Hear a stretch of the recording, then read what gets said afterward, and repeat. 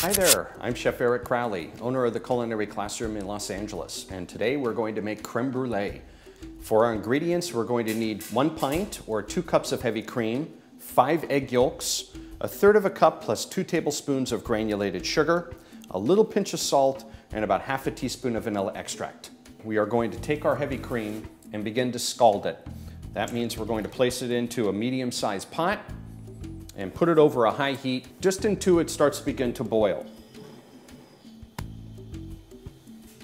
While that is scalding, we can go ahead and we can separate our eggs. You can check that out on another video on Mahalo.com.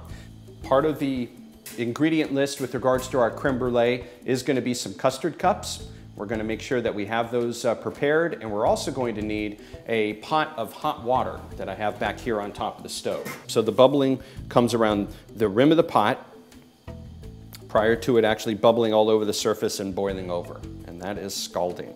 We're going to take our sugar and combine it with our egg yolks with our little pinch of salt and half a teaspoon of vanilla. I'm going to blend these together with a whip.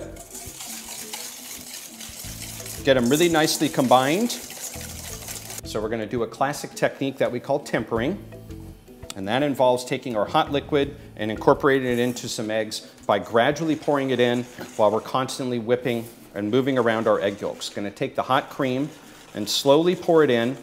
Notice I'm also pouring the cream and letting it drip over the wires of the whip. That's going to help cool off the cream, and that's also going to help bring up the temperature of the eggs.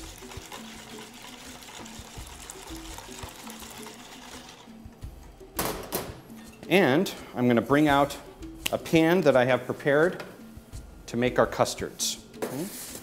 Usually a shallow dish like this will work really well for a creme brulee or a custard. This will help ensure that it winds up baking fairly rapidly. I have the molds inside a larger pan. You could use like a Pyrex baking dish at home, or 2 or 3 if you have smaller dishes. You'll also notice I have a dish towel on the bottom here as well. This is going to help even out the baking of the custard.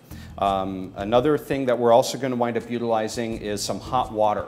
I'm going to first get this custard into these molds, and the easiest way to do that, I find, is with a pitcher. So after I get it all combined, I'm going to pour the custard into a measuring pitcher, and then go ahead and take the custard and pour it into my molds. I usually will fill it up about halfway to start off with, and then if I have any custard left over, go ahead and continue filling. This is a very, very rich dessert, so you don't need a lot of custard. I'm going to wind up taking some hot water right off of the boil.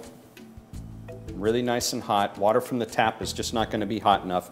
The towel will actually help to keep the cups from sliding around. The towel is also going to elevate the cups off of the bottom of the pan so water can actually circulate underneath the custard cups and help to speed up the baking.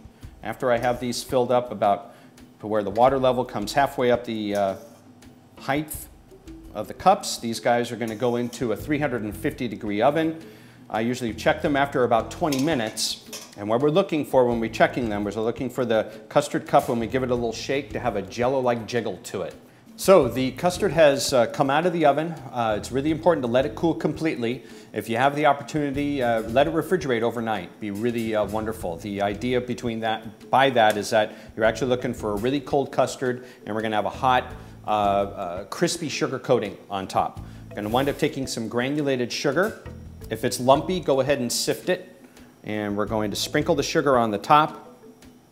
Get a nice even layer. The more sugar you put on top of the custard, the thicker of a sugary crust you're going to get. So if you really like a lot of sugar, go right ahead and sprinkle a lot of sugar on. You want to try and sprinkle it pretty evenly as well. And then we're going to wind up utilizing a propane torch. I have one here that's got a plumber's nozzle on it, so I don't have to turn the torch upside down.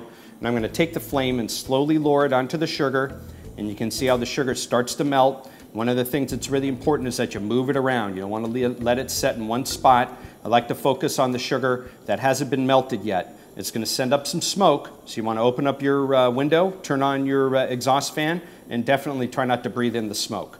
It'll make you hack. And you can see how the sugar starts to go from a clear sphere to a golden and then a deep amber sphere. It's starting to caramelize. And we're actually going to be blackening it. The word brulee means to blacken in French. You want to burn this sugar. It's about the only time I'm going to tell you to burn something. Notice I'm going to move the torch around, focus on the unmelted white portions of the sugar. And if I think that it's burning too rapidly, I can pull the torch up and keep moving it around. And there we're getting a really nice burnt sugar crust on the top. And there we are. That is how to torch, how to burn sugar on top of a creme brulee. Okay? Our goal here is to have, once this cools off, it's going to form a really, really hard shell. It's going to have a slight bitterness to it in addition to the sweetness. And that's kind of the juxtaposition we're looking for. Looking for a really sweet, creamy custard underneath and a really hard, crackled, slightly bitter, sweet sugar crust on top.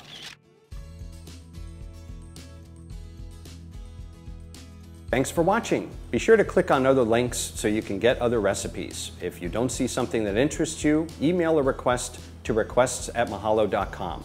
Also be sure to subscribe so you can get lots of wonderful additional information. Thanks, and I'll see you soon.